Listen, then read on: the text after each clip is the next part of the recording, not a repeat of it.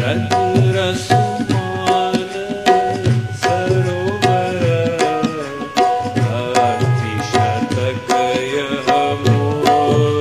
राधे राधे साधक गण बनी हंस जन निहर प्रेम विभोर। राधे राधे। उसको हम भूले हुए, भगवान नहीं भूले। वो बेटा भले कुपूत हो जाए, मां तो कुमाता नहीं बनती। कुपुत्रो जाए क्वचिदपि कुमाता न भवती। तो भगवान हमारी मां है, हमारे पिता है, वो हमको कैसे भूलेंगे। इस भूली हुई अवस्था में भी भगवान हमारी देखभाल करते हैं। जब हम मां के पेट में आए तो 9 महीने तक भगवान ने हमारी रक्षा की गर्भ में।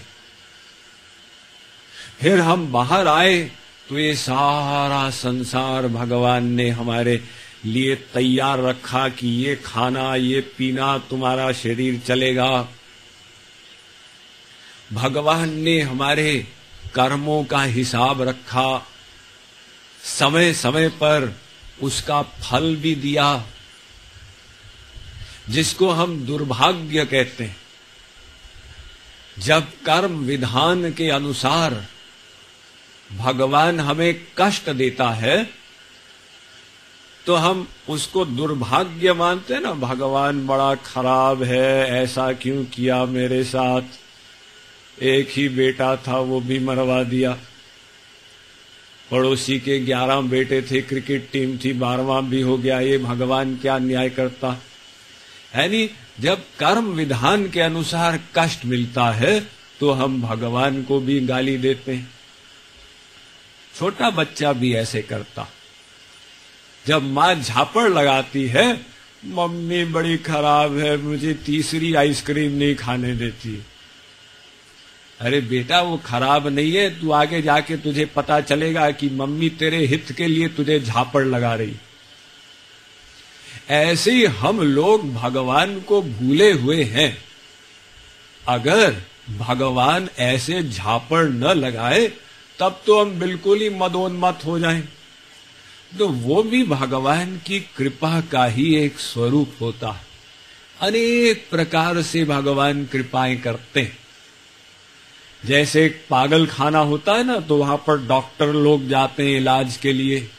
तो हम भगवान को भूल के भगवान के इस पागल खाने में पड़े हुए हैं। भगवान भी हमारे इलाज के लिए डॉक्टर लोगों को भेजते हैं। ये सिद्ध महापुरुष जो आते हैं, ये भव रोग को इलाज करने वाले डॉक्टर हैं। लेकिन जो अधिक पागल होता है वो डॉक्टर को ही गाली दे देता। डॉक्टर कहता है तुम पागल हो, हम कहते हैं तुम पागल हो। ऐसे ही महापुरुष लोग कहते हैं कि तुम पागल हो, संसार से प्रेम करते हो, केवल भगवान तुम्हारे। तो हम महापुरुषों को कहते हैं तुम पागल हो। इसी नदिया में जब चैतन्य महाप्रभु थे तो कितना उनका विरोध किया गया। अब आज 500 साल बीत गए, सब जय जयकार करते हैं, हरे कृष्ण कृष्ण कृष्ण हरे हरे। तो ये एक संसार का नियम है कि जब महापुरुष होता है संसार में, लोग उसका लाभ नहीं उठा पाते। वो बहिरंग चीजें देख के, बुद्धि लगा के, एक जो स्वभाव है निंदा करने का, ये सब करके और लाभ से वंचित हो जाते हैं।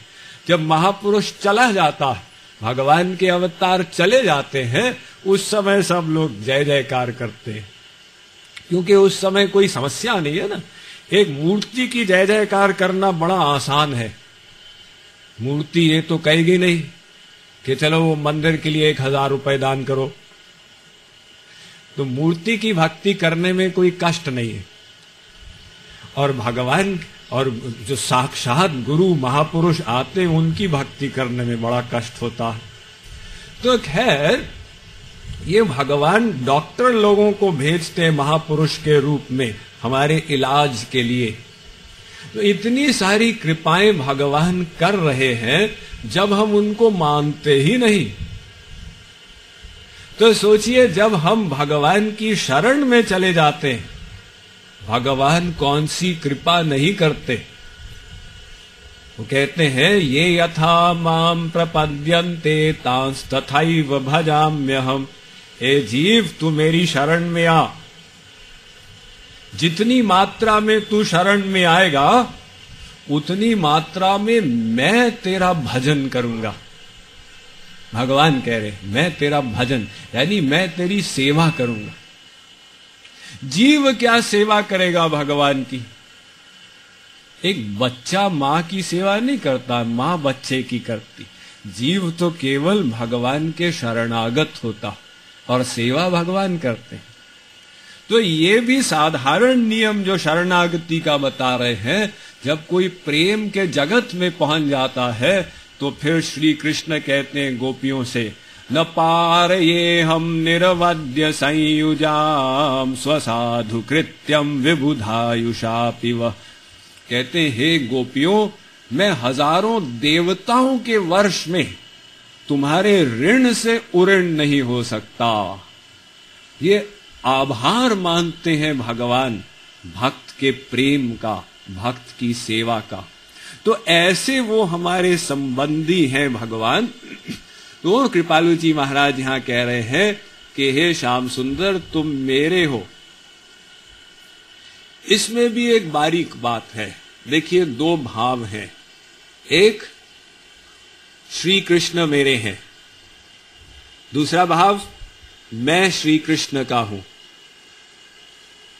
तो इसमें बहुत बड़ा अंतर है। श्री कृष्ण मेरे हैं, ये निष्काम प्रेम है। मैं श्री कृष्ण का हूं, ये सकाम प्रेम है। श्री कृष्ण मेरे हैं, इसमें बदले की भावना नहीं है। वो कैसे भी हो, अच्छे भी हो, बुरे हो, जैसे हो, वो मेरे हैं। जैसे माँ बच्चे को अपना मान लेती है, वो गाली दे, लात मारे, मेरा बेटा है, अब क्या करे। तो ऐसे जब श्री कृष्ण को अपना मान लिया, अब उनके व्यवहार को नहीं सोचा जाता, उनको सब अधिकार दिया जाता। और भगवान भी चालाक हैं, वो जानबूझ के उल्टा व्यवहार करते हैं हमारे प्रेम को और उज्जवल बनाने के लिए। और मैं श्री कृष्ण का हूं, ये निम्न कक्षा का प्रेम। इसमें बदला देखा जा रहा, क्या वो मुझसे प्रेम करते हैं कि नहीं करते हैं, करते हैं तो कितनी मात्रा में करते हैं। ये जैसे संसार में कैलकुलेशन होता है, ये भक्ति में भी किया जाता। तो इसके फल में बहुत बड़ा अंतर आएगा। इसको कहते हैं, श्री कृष्ण मेरे हैं, इसको कहते मधु स्नेह। मैं श्री कृष्ण का हूं, इसको कहते हैं घृत स्नेह। देखो, वो जो मधु है ना, वो जमता नहीं, और घी जो है उसको आग दे तब वो पिघलता, वरना वो जम जाता।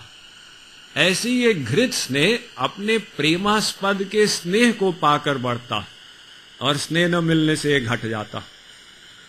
तो भगवत प्राप्ति के बाद बहुत बड़ा अंतर आता है। अभी अंतर नहीं दिखेगा।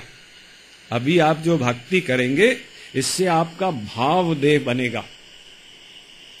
तो जो भगवत प्राप्ति होती है तो प्रेमा भक्ति मिलती है। प्रेमा भक्ति के पश्चात स्नेह भक्ति आती है। तो दोनों मार्ग, श्री कृष्ण मेरे हैं, मैं श्री कृष्ण का हूं, तो ये मधु स्नेह बन जाता, ये घृत स्नेह बन जाता। तो उसके बाद स्नेह भक्ति के बाद आती है मान भक्ति। उसमें ये बन जाता है मधु स्नेह और घृत स्नेह, ललित संज्ञक और उदात संज्ञक। उस मान भक्ति के बाद आती है प्रणय भक्ति। ये सब भगवत प्राप्ति के आगे वाली। तो उसमें ये बनता है ललित मान सुसंख्य संज्ञक, और ये बनता उदात मान समय संज्ञक। और फिर उसके बाद आती है अनुराग भक्ति। तो ये बनता ललित मान सुसंख्य प्रणय रक्तिम संज्ञक, और ये बनता है उदात मान समय प्रणय नीलिम संज्ञक, ये अनुराग भक्ति। तो ये यहां पे रुक जाता।